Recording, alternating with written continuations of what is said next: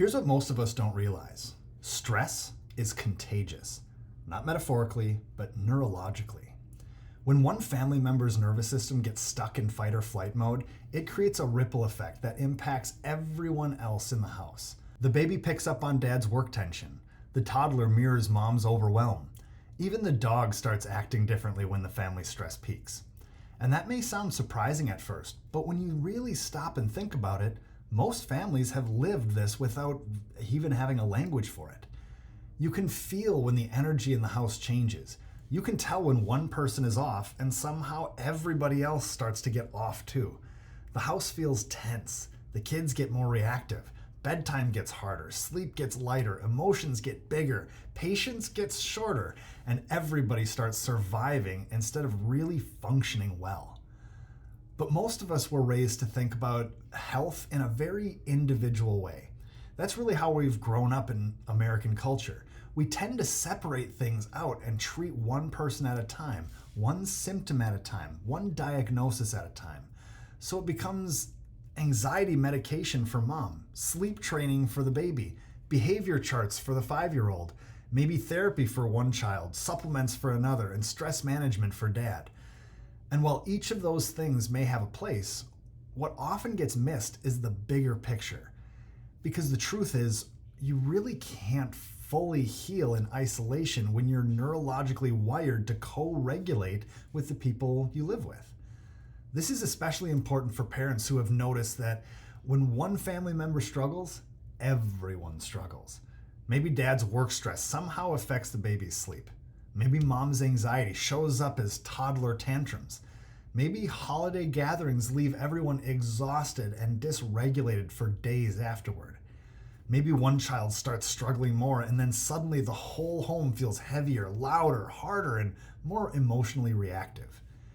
If that's your family, you are not imagining these connections. They are neurologically real. And that's what I want to talk about today. I want to help you understand how family nervous systems literally synchronize with each other, why caring for just one person in the family often doesn't create lasting change, and how something called co-regulation explains why your stress becomes your kid's stress. Most importantly, I want you to understand why neurologically focused chiropractic care for the whole family isn't just helpful in these cases. It can actually be essential for breaking generational patterns of dysregulation. In practice, we see this all the time. Research shows that up to 15% of infants experience regulation difficulties in their first year. But what that number doesn't capture is the context those babies are born into. Many of those babies are entering families where one or both parents are already dysregulated themselves. So while we may be only labeling the baby as the one with the issue, the reality is that the baby may be expressing a family-wide nervous system pattern. We see this pattern every week in practice. Stressed parents bringing in struggling kids, not realizing their nervous systems are connected like Wi-Fi networks in the same house. Everyone is transmitting. Everyone is receiving. Everyone is being affected by the emotional and neurological environment around them. And the science gets even more compelling when we go back to pregnancy. When mothers experience chronic stress during pregnancy, cortisol levels can directly program the baby's developing nervous system.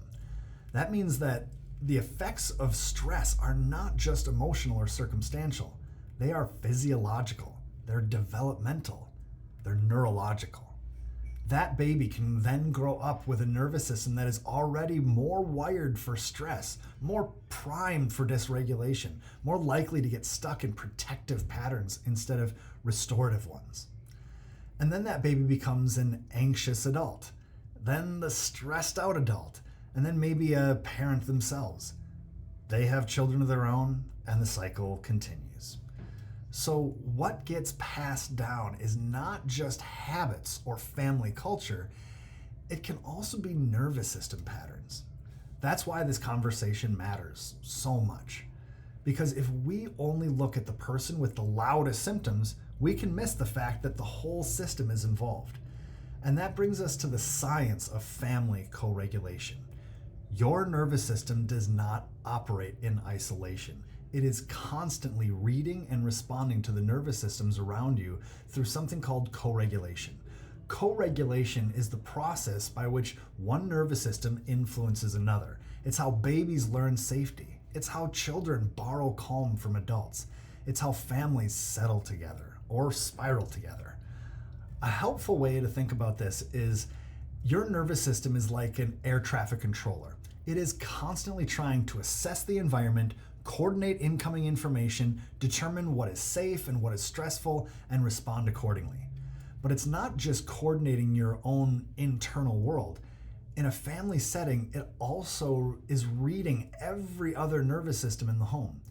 It's reading tone of voice. It's reading facial expression. It's reading body language. It's reading pace. It's reading touch. It's reading tension. It is even reading whether the environment feels settled or charged. Kids are especially tuned into their parents' nervous system states.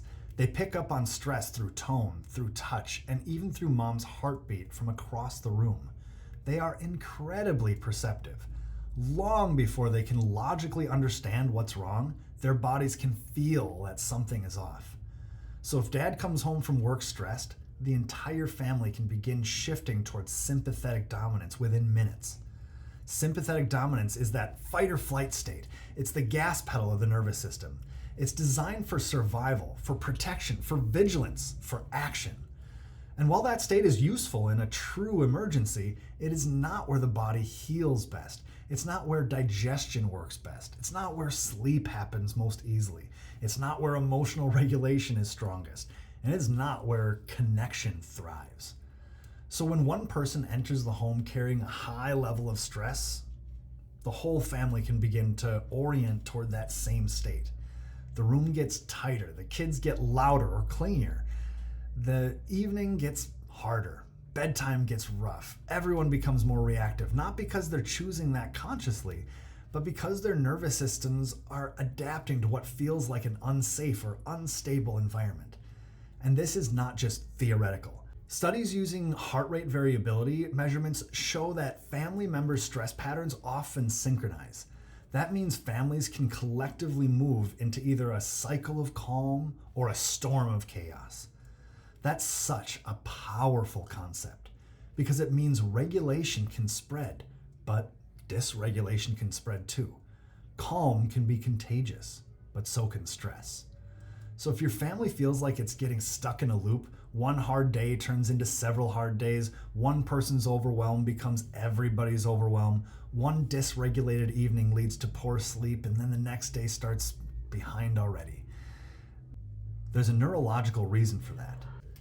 And it also helps explain why individual care can sometimes fall short.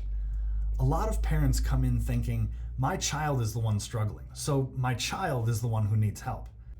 And again, that makes sense. Usually there's one identified patient, one child whose symptoms are loudest, one person who seems to be carrying the biggest burden.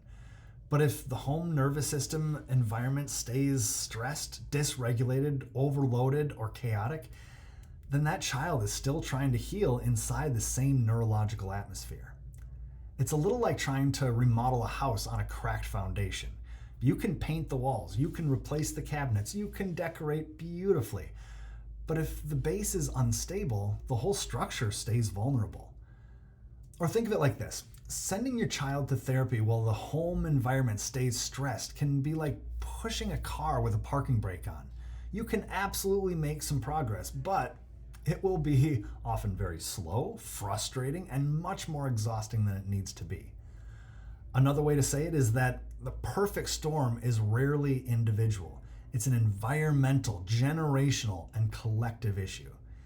It affects everyone under the same roof. Sometimes one family member getting adjusted is like having one instrument tuned in an orchestra where everyone else is off key.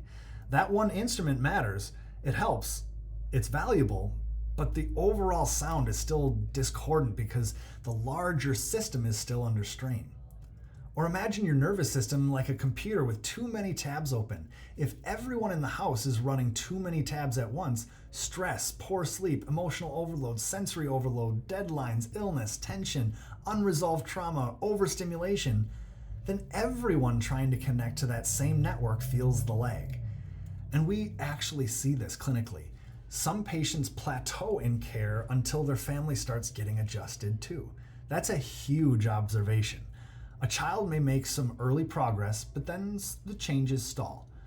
Or a parent starts feeling better, but keeps getting pulled back into the same old patterns. And then when the whole family begins receiving care, things start shifting again. Why? Because the environment changes, the regulation field changes, the nervous system load changes, the amount of dysregulation circulating through the home changes. And that's where the neurological path forward becomes so helpful. When families receive neurologically focused chiropractic care together, their HRV patterns can begin to synchronize in healthier, more balanced ways. Instead of amplifying each other's stress, family members begin supporting each other's regulation. This is what we often call a regulation field. A regulation field is when the nervous system within a family begins creating an environment where calm supports calm, connection supports connection, and healing becomes easier because the whole system is moving in a healthier direction.